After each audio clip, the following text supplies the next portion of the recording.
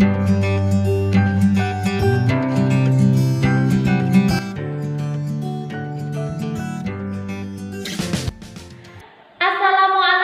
warahmatullahi wabarakatuh.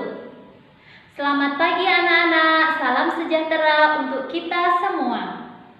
Alhamdulillahirrabbilalamin, di pagi yang cerah ini kita bisa bertemu kembali dan belajar dalam keadaan sehat walafiat. Amin. Sebelum belajar, marilah kita berdoa terlebih dahulu. Berdoa mulai. Berdoa selesai. Masih semangat untuk belajar? Tentu ya, semangat itu harus agar kita dapat meraih cita-cita.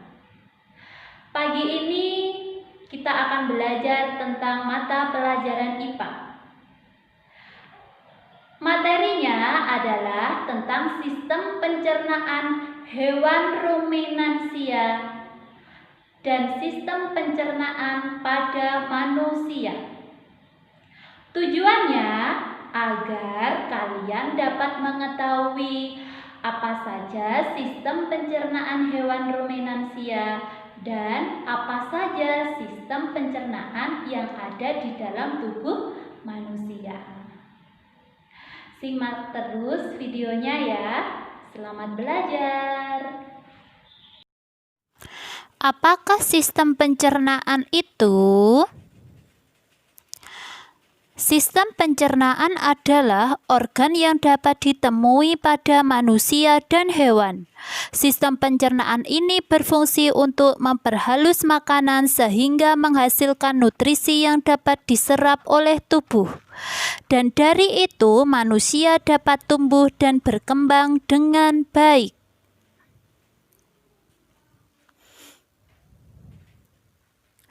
Apakah hewan ruminansia itu? Hewan ruminansia adalah kelompok mamalia yang biasa memamah atau memakan 2 kali dan dikenal dengan hewan pemamah biak. Contoh hewan ruminansia adalah sapi, kerbau, dan lain-lain. Bagaimana sistem pencernaan makanan hewan ruminansia? Amatilah gambar di samping. Sapi merupakan salah satu contoh hewan ruminansia yang memiliki 4 lambung.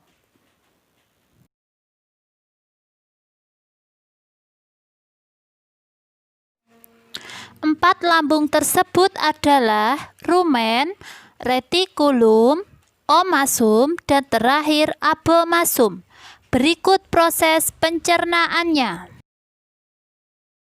Rumput dikunyah di mulut, kemudian masuk ke isofagus, dimasukkan ke rumen, rumen kembali lagi ke mulut, kemudian masuk ke retikulum, omasum, dan terakhir masuk ke abomasum.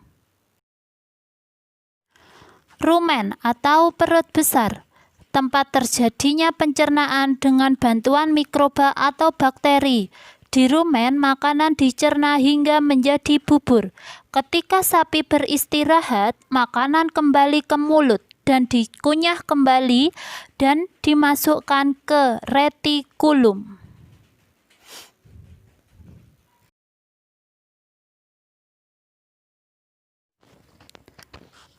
Retikulum atau perut jala. Di dalam retikulum, makanan kembali mengalami fermentasi dengan bantuan bakteri anaerob dan protozoa. Di dalamnya terjadi proses absorpsi dan penyaringan benda-benda asing yang masuk bersama makanan sehingga tidak masuk di omasum.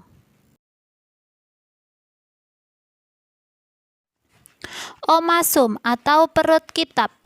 Di dalam omasum, makanan dicerna dengan bantuan enzim pencernaan. Kemudian barulah makanan tersebut masuk ke abomasum. Abomasum atau perut masam. Perut bagian inilah yang disebut dengan lambung. Disinilah makanan dicerna dengan bantuan enzim pencernaan pepsin. Setelah melewati seluruh proses pencernaan makanan, makanan bergerak menuju usus halus. Dari usus halus kemudian masuklah ke anus. Bagaimana sistem pencernaan pada manusia? Amatilah gambar di bawah ini. Sistem pencernaan manusia diawali dari mulut, kemudian kerongkongan, lambung, usus halus, usus besar, dan terakhir masuk ke anus. Fungsi alat pencernaan manusia. Mulut berfungsi mengunyah makanan menjadi lebih halus agar mudah ditelan. Berikutnya, kerongkongan. Kerongkongan berfungsi mengantarkan makanan yang sudah ditelan untuk melalui proses selanjutnya, yaitu lambung. Lambung berfungsi mencerna dan menghancurkan makanan dengan bantuan enzim dalam lambung. Usus halus berfungsi menyerap sari-sari makanan agar dapat didaur ulang lagi. Usus besar berfungsi membusukkan makanan dan membuang air garam yang tidak dapat dicerna. Yang terakhir, anus berfungsi sebagai proses pembuangan kotoran sisa pencernaan berupa feses. Anak-anak, kalian tadi sudah mengamati video. Semoga selalu bermanfaat untuk kita. Untuk menambah pemahaman kalian, Bu Yusna akan memberikan tugas atau evaluasi yang kalian harus kerjakan, ya. Tetap semangat, semoga hari ini apa yang kita peroleh selalu bermanfaat. Sekian dulu dari Bu Yusna. Wassalamualaikum warahmatullahi wabarakatuh.